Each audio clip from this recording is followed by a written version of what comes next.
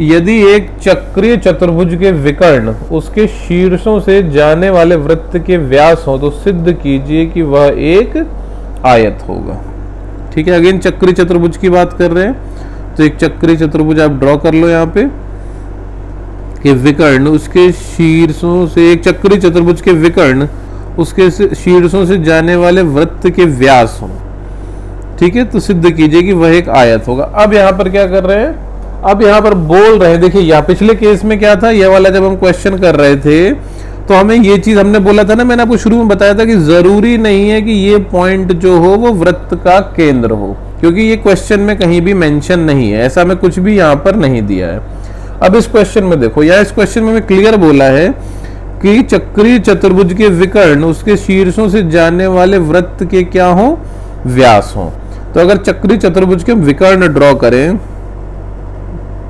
एक ये विकर्ण है और एक ये विकर्ण है चक्रीय चतुर्भुज का, तो ये क्या बोल रहे हैं, ये वृत्त के व्यास है, और वृत्त के जो दो व्यास हैं, वृत्त के व्यास ए बी सी डी, चक्रीय चतुर्भुज होगा ये ए बी सी डी, ये वृत्त के अगर व्यास है तो दो वृत्त के दो व्यास हमेशा किस पॉइंट पर प्रतिच्छेद करते हैं, उसके केंद्र पर प्रतिच्छेद करते हैं। तो बिंदु ओ वृत्त का केंद्र है, बिंदु ओ वृत्त का केंद्र है। क्यों? क्योंकि दो या अधिक व्यास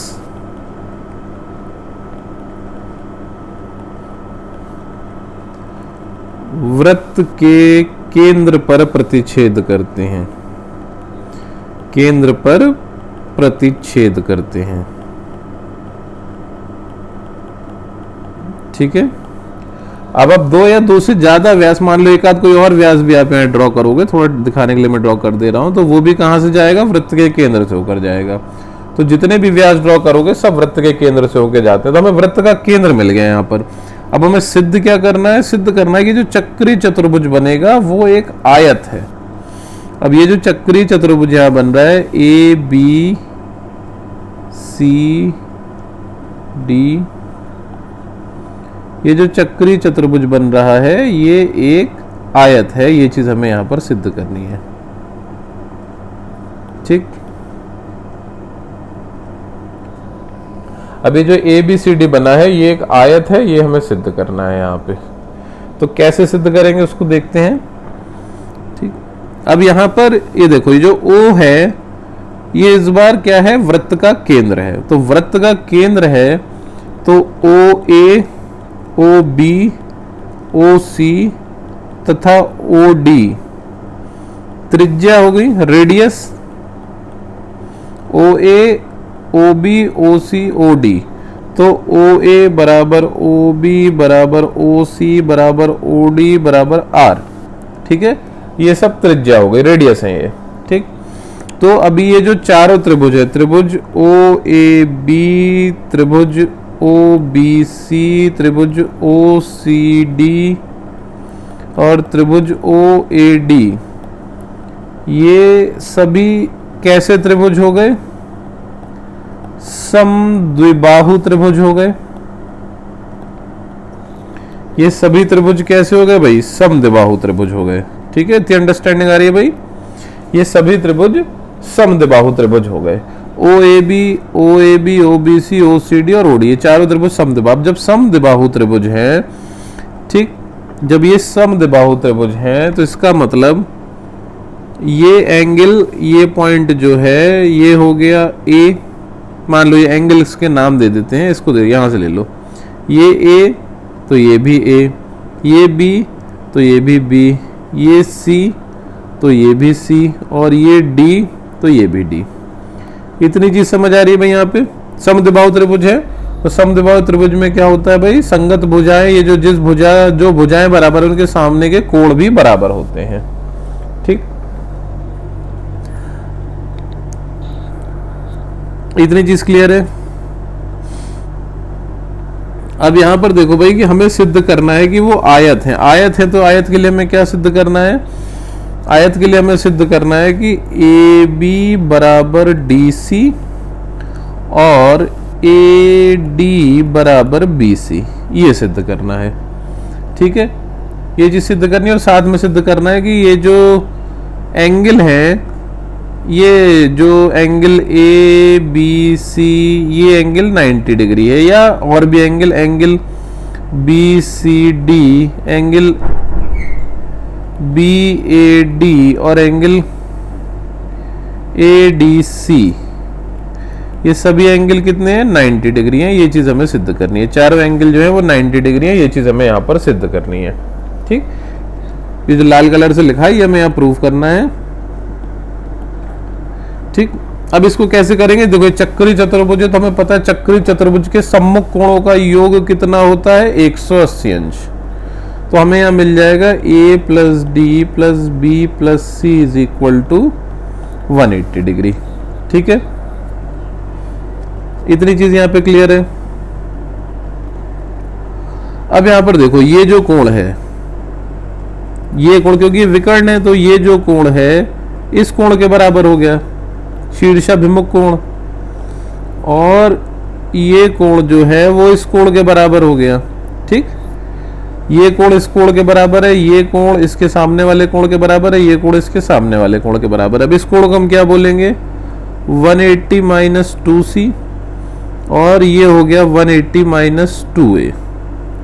ये कोण हो गया 180 माइनस 2b, और ये कोण हो गया 180 माइनस 2d। ठीक, इतनी चीज समझ आ रही है भाई यहाँ पे?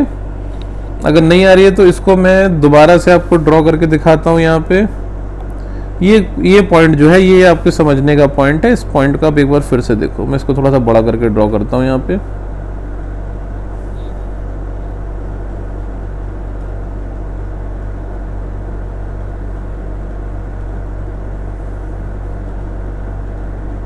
देखो मैं क्या बताना चाह रहा हूँ आपको यहाँ पे देखिए, मैं ये कह रहा हूं कि ये जो एंगल है आमने सामने के एंगल एक दूसरे के बराबर होते हैं। ठीक, अब ये जो त्रिभुज है, कोई भी एक त्रिभुज है, त्रिभुज के अगर दो एंगल सी हैं तो तीसरा एंगल कितना हो जाएगा? 180 माइनस 2c। ठीक है, इसी प्रकार ये दोनों एंगल ए हैं तो ये कितना हो जाएगा? 180 माइनस 2a। इसी प्रकार ये d है तो ये हो गया 180 माइनस 2d, और ये हो गया 180 माइनस 2b। ठीक, अब यहां से देखो, पर ये शीर्षाभिमुख कोण है तो 180 माइनस 2d जो है वो 180 माइनस 2b के बराबर है। तो इस समय क्या पता चला यहाँ पर? इस चीज से क्या समझ आया?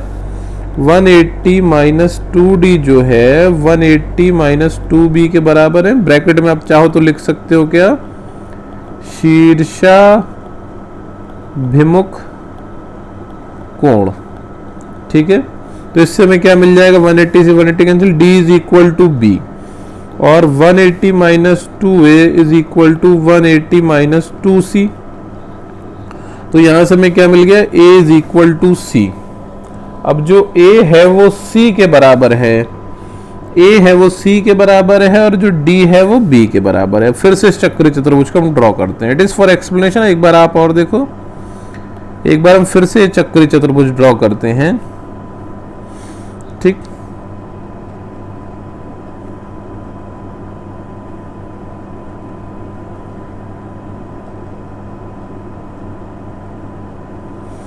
ठीक है, ए बी सी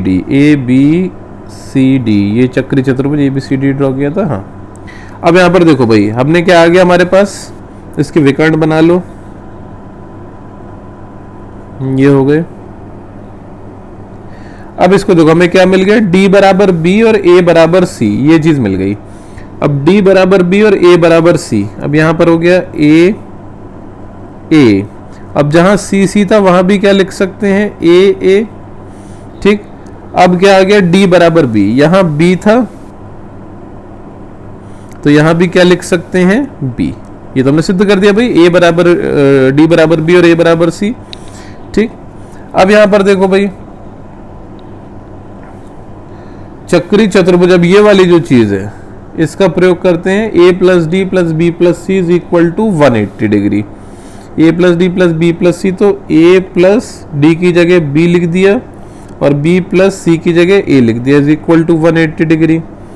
तो यहाँ हो गया ये लिख दिया 2a plus 2b is equal to 180 degree, या a plus b is equal to 180 degree by 2 is equal to 90 degree. अब a प्लस b जो है वो 90 डिग्री हो गया। तो ये जो चारों कोण है, ये चारों कोण क्या हो गए यहाँ पे 90 डिग्री हो गए। तो जब चारों कोण 90 डिग्री हो गए तो ए बी सी डी क्या सिद्ध हो गया, ए बी सी डी क्या हो गया भाई, एक आयत हो गया कि नहीं हो गया। अगर चारों कोण 90 डिग्री है तो ए बी सी डी जो हो गया वो एक आयत हो गया। आयत का ये होता है कि चारों एंगल जो होते हैं वो 90 डिग्री होते हैं। जब चारों एंगल 90 डिग्री है तो ऑटोमेटिकली जो आमने सामने की भुजाएं हैं ए बी बराबर डी सी होगा और ए डी बराबर बी सी होगा। ठीक है,